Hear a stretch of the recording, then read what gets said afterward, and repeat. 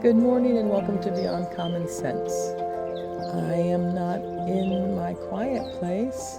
I'm out here on my porch and I'm hoping you can hear all of these wonderful sounds. On the bird app that I use, I identify this place as Bird Haven because we have so many birds that I can listen to.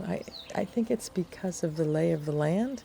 We are near water, we're near fields, we're near forests, we're near residential areas. So all of them are here. And as I'm just sitting here now watching a couple of yellow finch at the feeder, and in comes Mr.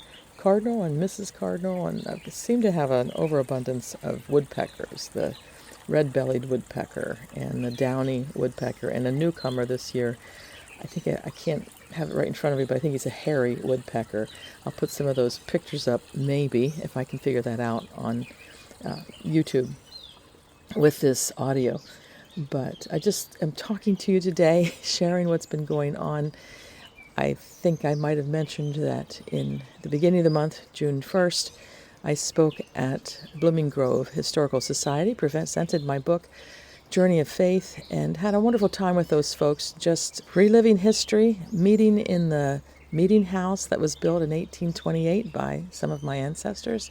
I jokingly said to someone yesterday as we were at a viewing in a funeral that when we came back to this area, I sort of laughed to myself because we'd lived in several different areas and had been away for 26 years.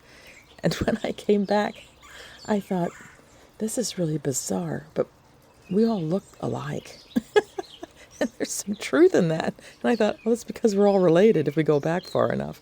I don't mean Adam. I just mean 100 years or so ago. But anyway, just wanted to share with you that. That was a blessing. Next on the list was CHAP, Christian Homeschoolers Association of Pennsylvania. Met some wonderful people there.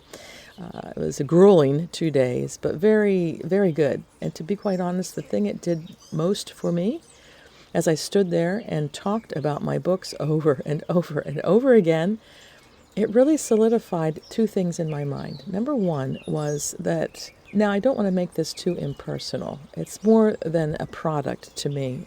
These are my children, if you will, my written children. And I praise the Lord for all that He's given to me. But they are sellable. That's what I learned from CHAP. I also learned that by taking the hashtag True Gospel Fiction, it really is a good handle for me.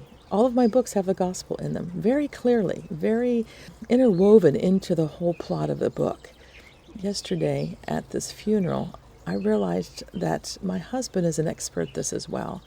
He did the funeral and really was encouraged by the family to give the gospel. And he did it so graciously and just wove it throughout his entire message. And it was a beautiful thing. That's really what I do with my books. The gospel, it's so important. The gospel, the salvation gospel. You must be born again. Just sharing those difficulties that people face, the needs in their lives that direct them to Christ. Showing that through a story. It's been a great blessing for me to write, and I will continue to write like that. Number 3, St. David's Christian Writers Conference. That was last week.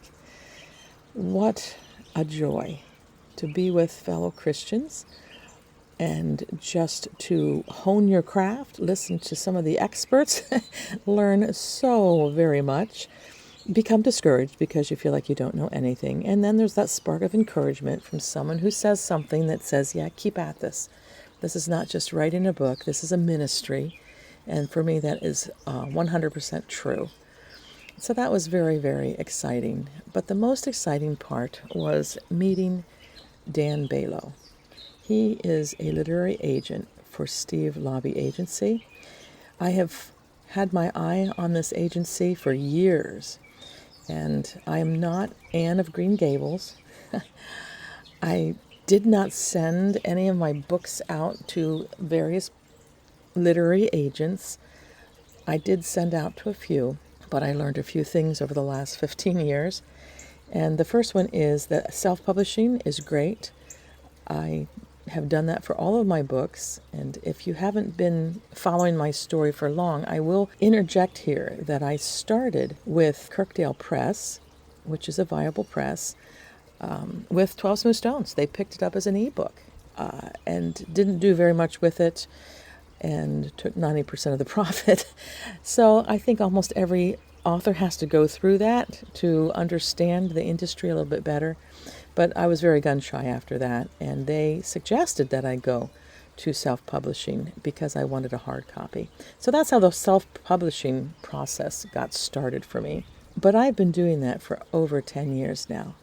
First book was published in 2013 by KDP, which is Kindle Direct Publishing, an arm of Amazon.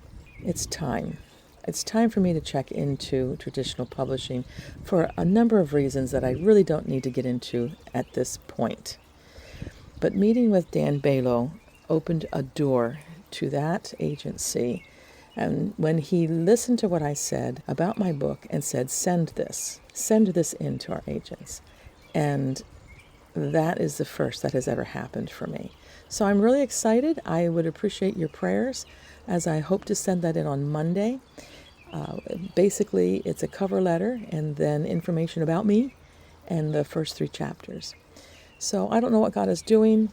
It's very exciting to me. It's very nerve-wracking. And it has just really upped my game of trust in God. This is His work. The theme for this year's conference was Your Story, God's Glory. And that is so true for me. I write for His glory. And I'm just so excited for what He wants to do. And if it doesn't go anywhere else, then what I have been doing, it's okay, because that's God's will for my writing. He knows.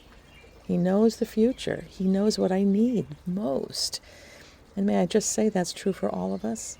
No matter what we're doing, no matter what our story. I just put a post up about that last week. We all have a story to write, and we're writing it every single day of our lives. There are some really dark chapters, and some of my dear friends that I know, you're going through dark chapters right now. But those are for His glory as well. Those are the ones that make us look up and realize that He is King. He is Lord. Is He Lord of my life? Am I yielding? He is Master, and I am the servant. I have no rights. I am His, and He is mine. It's kind of a weird thing, isn't it? I'm a child of the King. That makes me a princess. And yet I'm a slave. I'm a slave to Christ. I think only a true born-again believer can really understand what that means. And then we struggle as well, don't we? So that's what I wanted to put up today.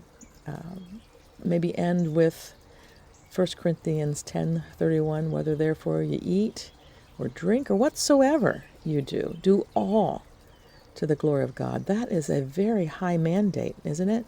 Do all to the glory of God. And God's been working in my heart on that. It's not just out there where everyone else sees me. It's right now. It's in my home. It's in my secret places. God is there. He's there for all of it. And I want to bring glory to Him. So thanks for listening. Thanks for stopping on by. I hope this was a blessing to you. And I hope that you have a good and godly